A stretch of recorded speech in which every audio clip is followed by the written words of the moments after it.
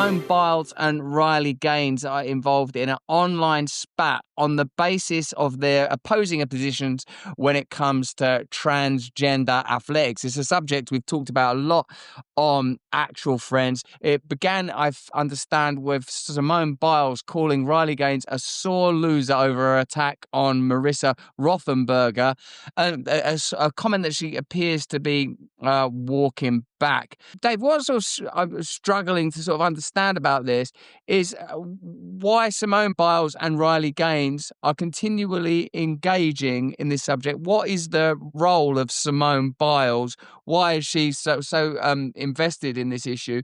And how does it continue to be a leverage point in the culture war? You sort of mentioned earlier that something as significant and literally globally impactful as climate change has come off the agenda, I suppose, due to the shift in political power in your country, our country, if indeed I am accepted as a resident. You're here. Stop saying it. It's yours too. I love this country. Until Trump comes gets you. So why do you think this continues? Like one can see how, for example, the issue of Israel-Palestine is a perennial subject for conflict, is an excellent way to keep people divided, is a good way to keep the sort of like the kind of cultural temperature high. But with the transgender debate, with the edicts being made both in my country and yours that are sort of clear acknowledgements of biological sex that hopefully include the idea that, of course, people will continue to be compassionate. Why do you think that someone like Simone Biles continues to leverage this subject, mate? Yeah, so let's try to do this in the most non-political way for a second. You have two beautiful young daughters, and now you also have a young son. I have two sons. So the version that I'm going to grow up with is the chances that my sons are going to be playing sports one day and that there's going to be a girl who transitions, whatever you want to call it, to male and then suddenly is beating all the boys in sports. We all know that's completely absurd. So in my personal life, I will not have to deal with that. But just let's for a second, before we do the political part, just you as a father, Russell, I've met your daughters. They're awesome. They're great kids. You guys are doing an incredibly bang up job. So are either of them playing sports yet? Yeah, they're like messing around with soccer some, and like they're getting into, American sport. That's what's interesting for me. Is like, I'm worried about them transitioning into baseball instead of cricket, transitioning instead to football instead of soccer, basketball instead of rounders. We've run out of British sports. Wait, that's actually hilarious. You've moved to Florida, and now your biggest fear, this is how good Florida is, your biggest fear is that your kids are not going to play cricket, they're going to play baseball. I hate to tell you, the cricket thing is past, man. There's no cricket in your future. But joking aside, so your daughters are playing soccer. Now imagine if there was a boy in their soccer league that was just basically kicking the crap out of them. I don't mean that he might be smashing them on the field, but I mean, literally he was just better and everything else. How would you as a father feel before we get to the specifics of Simone and the other stuff? Well, obviously, my role and duty as their father includes physically and spiritually protecting them up to and including my own death and the necessity for murder. And I think, like any father, that's the vow, whether it's explicitly spoken or not. And I recognize, Dave, that when discussing any political point that can seem abstract, making it personal is a useful tool in a sense in awakening a type of common sense approach. I would immediately and instantly object to any form of physical competition in which there was an advantage that was regarded as unfair and sort of overrides the idea of even having categories when it comes to male-female sports.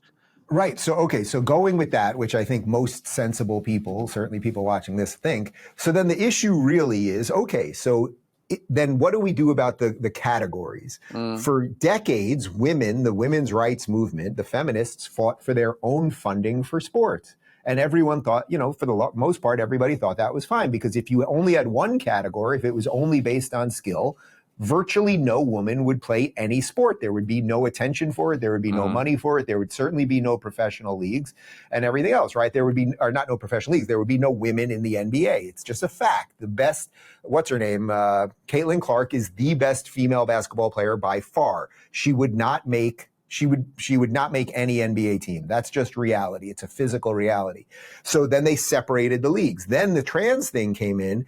And so the question really is for someone like Simone Biles, who as a gymnast is an incredible gymnast, but she didn't compete against men. All of the people she beat were women. And I suspect she would think slightly differently if actually she didn't get the gold in the last Olympics, but she got the silver because someone who is biologically man was able to do whatever those, I'm not a gymnast guy, but whatever the thing on the high bar is or whatever it might be, he was able to do it faster than her just because guys are biologically different.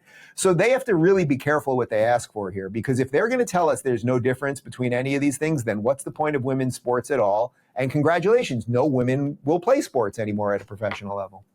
Yeah, I suppose it's the interface that has long been illuminated that eventually the civil rights of an emergent group are infringing upon the civil rights of a group that had only just achieved long fought for equality. The kind of ideological challenge I have is why... Wait, sorry, can I just jump in there? Because that's a great point, but that's why the only thing that should matter is equality under the law. Where the only thing that should matter is our colorblind. I mean that in like the, I'm using the metaphor, but it's colorblind, it's gender blind and everything else. We should have equal rights for people. That's it.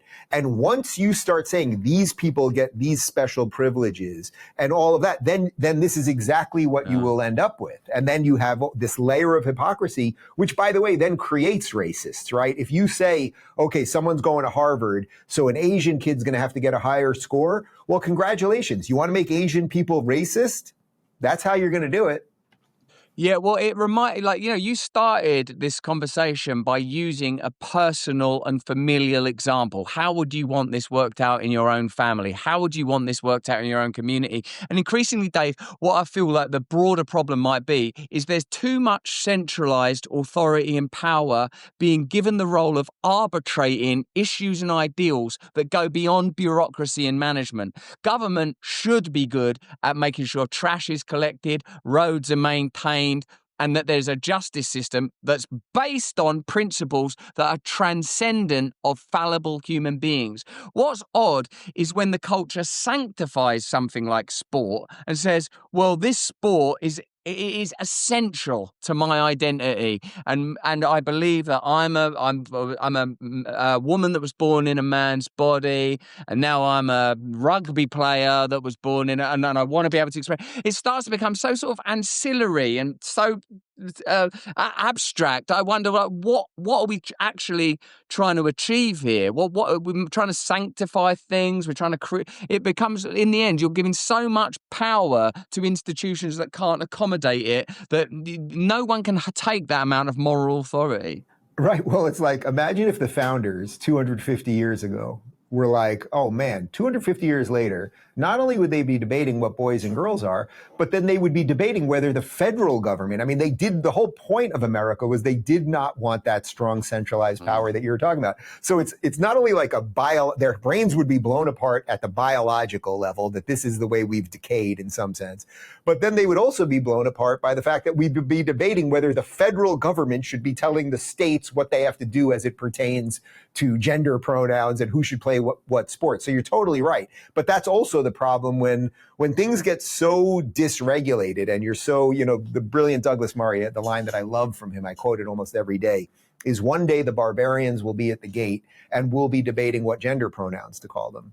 And that's kind of where we're at. It's like there's so many bigger problems that we have to deal with at a societal level, which we're going to talk about LA in a little bit, that we got to put this stuff aside. So I was glad I don't know about you, but I was glad to see, although I didn't think it was particularly authentic, that Simone Biles actually kind of walked back her original attack there on Riley Gaines.